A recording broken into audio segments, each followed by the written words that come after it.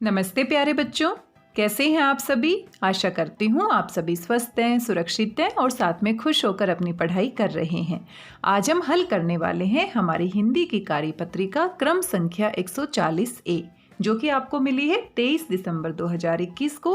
कक्षा आपकी 5वीं है। जो भी सेक्शन है आप यहाँ पर लिखेंगे। रिमझिम आपकी पाठ्य पुस्तक है और एक माँ की बेबसी से संबंधित अनेक कार्यपत्रिकाओं को हम हल कर चुके हैं। विद्यार्थी का नाम यहाँ पर आपको अपना नाम लिखना है। शिक्षक या शिक्षिका का नाम यहाँ पर आपको अपने अध्यापक का या अध्यापिका का नाम लिखना है। बच्चों, आपने पाठ एक माँ की बेबसी में पढ़ा कि रतन दूसरे बच्चों से कुछ अलग था क्योंकि वह बोल नहीं पाता था। इसी प्रकार बहुत से लोग देख या सुन नहीं पाते हैं। आइए इस विषय पर और चर्चा करते हैं। गतिविधि आपके लिए दी गई है। अपने परिवार के सदस्यों के साथ एक खेल खेलिए। बारी बारी से हर एक सदस्य आंख पर पट्टी बांधकर चलिए और कुछ काम करने की कोशिश कीजिए। आपको एहसास होगा कि जो देख नहीं सकते उनके लिए कितना मुश्किल होता है कोई भी काम करना।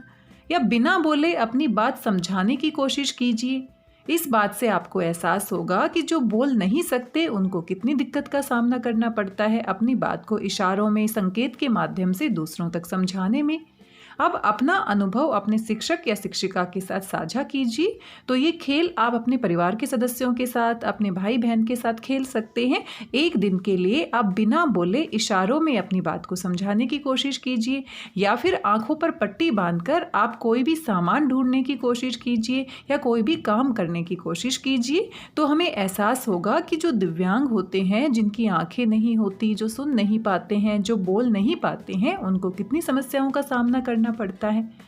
दिए गए गद्यांश को पढ़कर प्रश्नों के उत्तर दीजिए और इसी से संबंधित यहाँ पर एक गद्यांश दिया गया है। आप देख सकते हैं कुछ पंक्तियां यहाँ पर दी गई हैं और इन पंक्तियों को ध्यान से आपको पढ़ना है, समझना है और इनके आधार पर कुछ प्रश्न भी आपसे पूछे गए हैं। आइए पहले इस गद्यांश को पढ़ लेते हैं, समझ लेते हैं इसमें क्या महत्वपूर्ण बात हमें बताई गई है। ब्रेल पद्धति एक तरह की लिपि है। लिपि क्या होती है? भाषा को लिखकर जिन चिन्हों की सहायता से हम भाषा को लिखित रूप देते हैं उसी को हम लिपि कहते हैं। जैसे कि हिंदी भाषा की लिपि का नाम क्या है? देवनागरी। और देवनागरी में हम कैसे अक्षरों को बनाते हैं, शब्दों को बनाते हैं, आप यहाँ पर देख सकते हैं। तो ब्रेल जो पद्धति होती है वो भी एक तरह की लिपि होती है जिसकी सहायता से विश्व भर के नेत्रहीन व्यक्तियों को साक्षर बनाने के लिए अक्षरों की उभरी हुई बनावट को छूकर पढ़ाया व लिखाया जाता है। अब मान लीजिए कोई व्यक्ति देख नहीं सकता लेकिन अपने हाथों से वो महसूस कर सकता है। अगर मान लीजिए कोई अंधा व्यक्ति है, आप उसके सामने बैठ जाते हैं तो वो अपने हाथ को आपके चेहरे के ऊपर लेकर जाता है और आपको महसूस करने की कोशिश करता है। या फिर दीवार पर अगर कुछ दाने उभरे हुए हैं तो दीवार पर जब हाथ को फिराता है तो उसको महसूस कर सकता है। ऐसे बहुत सारे खिलौने भी होते हैं जिसमें कुछ डॉट बने हुए होते हैं जो ऊपर की ओर उभरे हुए होते हैं। अगर हम आंखें बंद कर लेते हैं और अपने हाथों को उन डॉट के ऊपर फिराते हैं तो हम काउंट कर सकते हैं, गिन सकते हैं कितने डॉट वहां पर बने हुए हैं। तो यहाँ पर जिस पद्धति की हम बात कर रहे हैं उसको ब्रेल लिपि कहते हैं, जो नेत्रहीन व्यक्तियों के लिए बनाई गई है ताकि वो भी छूकर पढ़ सके और उसे समझ सके। इस पद्धति का आविष्कार 1824 में एक नेत्रहीन फ्रांसीसी लेखक लुई ब्रेल ने किया था। अब जो व्यक्ति खुद नहीं देख पाता है वो महसूस कर सकता है कि जो लोग नहीं देख पाते उनको कैसा अनुभव होता है। तो यहाँ पर जो फ्रांसीसी लेखक हैं लुई ब्रेल, वो भी क्या थे? नेत्रहीन थे, देख नहीं पाते थे और जो देख नहीं पाते उन व्यक्तियों के दुख को समझ पाते थे। 1824 ईस्वी में क्या किया उन्होंने? लुई ब्रेल ने इसका आविष्कार किया। किसका आविष्कार किया? ब्रेल पद्धति का, कि जो लोग देख नहीं पाते वो इसकी सहायता से पढ़ सकते हैं बाकी लोगों की तरह और लिख भी सकते हैं। ब्रेल के नेत्रहीन होने पर उनके पिता ने उन्हें पेरिस के Royal National Institute for Blind childrens में भर्ती करवाया। तो ब्रेल क्या थे? देख नहीं पाते थे, तो उनके पिता ने उनको स्पेशल स्कूल में क्या करवाया? भर्ती करवाया, क्योंकि बाकी स्कूल में ऐसे बच्चों को पढ़ाना बहुत मुश्किल हो जाता है। उस स्कूल में वेलेंटीन होउ द्वारा बनाई गई लिपि से पढ़ाई होती थी पर यह लिपि अधूरी थी। लुई ब्रेल के स्कूल में वेल्टिन होव द्वारा बनाई गई लिपि से पढ़ाया जाता था, लेकिन ये अधूरी थी। इससे सारी बातें बच्चों को समझ नहीं आती थी। इस विद्यालय में एक बार फ्रांस की सेना के एक अधिकारी कैप्टन चार्ल्स बार्बियर ने सैनिकों द्वारा अंधेरे में पढ़े जाने वाली नाइट राइटिंग या सोनोग्राफी लिपि के बारे में व्याख्यान दिया। उन्होंने बताया कि जो सोल्जर हैं, जो सैनिक हैं, वो अंधेरे में भी पढ़ सकते हैं और किसकी सहायता से पढ़ सकते हैं? सोनोग्राफी की सहायता से पढ़ सकते हैं। यह लिपि कागज पर अक्षरों को उभार कर बनाई जाती थी ताकि उनके ऊपर हाथ फिराने पर उनको महसूस किया जा सके। ब्रेल को वहीं से एक विचार आया।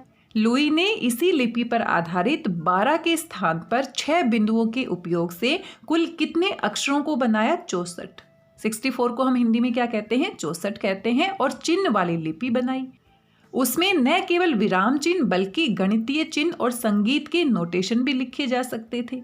यही लिपि आज सर्वमान्य है। लुई ने जब ये लिपि बनाई तब वे मात्र 15 वर्ष के थे।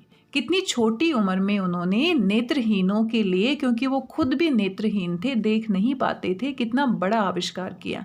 क्योंकि वो उनके दर्द को समझते थे, उनके दुख को समझते थे कि कितना बुरा महसूस होता है जब हम देख नहीं पाते, बाकी लोगों की तरह पढ़ नहीं पाते, सामान्य जीवन नहीं जी पाते।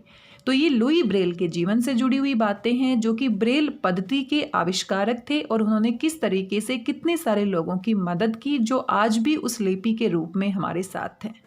आप यहाँ पर उनका चित्र देख सकते हैं। ये थे लुई ब्रेल और साथ में उनकी जो डॉट वाली जो पद्धति है, लिपि है, इसको आप यहाँ पर देख सकते हैं।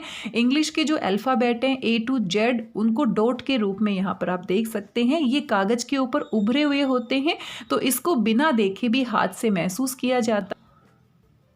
जो व्यक्ति देख नहीं सकते वो हाथों को इन डॉट के ऊपर फिराते हैं, बिंदुओं के ऊपर फिराते हैं और फिर इन अक्षरों की पहचान करते हैं और अक्षरों को जोड़कर वैसे ही जैसे हम देखकर पढ़ते हैं, ये लोग महसूस करके क्या करते हैं? पढ़ते हैं और साथ में लिखते हैं।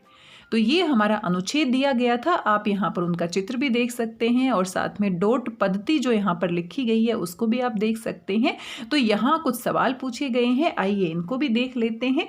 ब्रेल पद्धति क्या है? ब्रेल पद्धति एक लिपि है जिसकी सहायता से जो नेत्रहीन व्यक्ति हैं, जिनको दिखाई नहीं देता, वो क्या कर सकते हैं? उभरे हुए अक्षरों को पहचान कर पढ़ भी सकते हैं और लिख भी सकते हैं। तो इसी के बारे में यहाँ पर आपको अपने प्रश्न का उत्तर लिखना है। ब्रेल पद्धति का आविष्कार कब हुआ और किसने किया? तो लुई ब्रेल ने किया। और कब किया? 1824 ईस्वी में किया। अभी अभी अनुच्छेद में हमने पढ़ा है, दोबारा से आप इसको पढ़ सकते हैं। सोनोग्राफी लिपि कैसे बनाई जाती थी? सोनोग्राफी लिपि रात में पढ़ने के लिए बनाई जाती थी, लिखने के लिए बनाई जाती थी और इनको कागज के ऊपर बिंदुओं को उभार कर बनाया जाता था, जिसकी मदद से लुई ब्रेल ने फिर किसका आविष्कार किया? ब्रेल लिपि का आविष्कार किया। लुई ब्रेल ने कितने अक्षर वाली लिपि बनाई? कुल कितने अक्षर थे उनके? लुई ब्रेल ने कुल 64 अक्षरों वाली लिपि का विकास किया था। जिस लिपि का उन्होंने विकास किया उसमें कुल 64 अक्षर थे और साथ में 12 बिंदुओं के स्थान पर 6 बिंदुओं का प्रयोग करके उन्होंने इस लिपि का विकास किया था। ये सभी बातें हम अपने अनुच्छेद में पढ़ चुके हैं और इन्हीं के आधार पर ये प्रश्न पूछे गए हैं। बड़े ही आसान है, इनके उत्तर आप यहाँ पर लिखेंगे और साथ में आप समझ ही गए होंगे। यहाँ पर एक चित्र दिया गया है। हमेशा की तरह पिछली कार्य पत्रिकाओं में भी आपने इस गतिविधि को पूरा किया है। तो यहाँ पर आपको संवाद लिखना है। चित्र में जो आपको दिखाई दे रहे हैं 2 बच्चे, उनके बीच में क्या बातचीत हो रही है, इसको आपने सोचना है और लिखना है। इसके बारे में आप यहाँ पर पढ़ भी सकते हैं। प्यारे बच्चों, साथ दिए गए चित्र को ध्यान से देखिए। आपको क्या लगता है कि चित्र में दिख रहे बच्चे क्या बातें कर रहे होंगे? अनुमान लगाकर उनके संवाद यानी बातचीत को ऊंची आवाज में बोलिए और अपनी कॉपी में लिखिए। साथ में आपके माता पिता के लिए सुझाव दिए गए हैं। बच्चों को ब्रेल लिपि के बारे में और अधिक जानकारी दीजिए और उन्हें समझाइए कि हमें किसी भी परिस्थिति में हार नहीं माननी चाहिए, क्योंकि कोशिश करने से ही सफलता के द्वार खुलते हैं। तो जिस प्रकार से लुई ब्रेल ने कोशिश की और कोशिश करने के बाद एक नई पद्धति का विकास किया, जिसकी सहायता से सभी नेत्रहीन लोग पढ़ पाए और लिख पाए, और जिस पद्धति का आज भी हम अनुसरण करते हैं, आज भी उसका प्रयोग करते हैं। तो हमें भी अगर कोई समस्या है तो उसके बारे में सोचना चाहिए, उसके हल के बारे में सोचना चाहिए, और कोशिश करने वालों की कभी हार नहीं होती है। जब हम कोशिश करते हैं तो हमें एक ना एक दिन सफलता अवश्य मिलती है। तो बच्चों, आपको कार्यपत्रिका मज़ेदार लगी ने? अब बताइए कि आज आपने क्या नया सीखा। तो आज हमने एक अनुच्छेद पढ़ा है लुई ब्रेल के बारे में, किस तरीके से उन्होंने 15 वर्ष की आयु में नेत्रहीन लोगों के दुख दर्द को समझा और किस तरीके से एक नई लिपि का विकास किया, आविष्कार किया।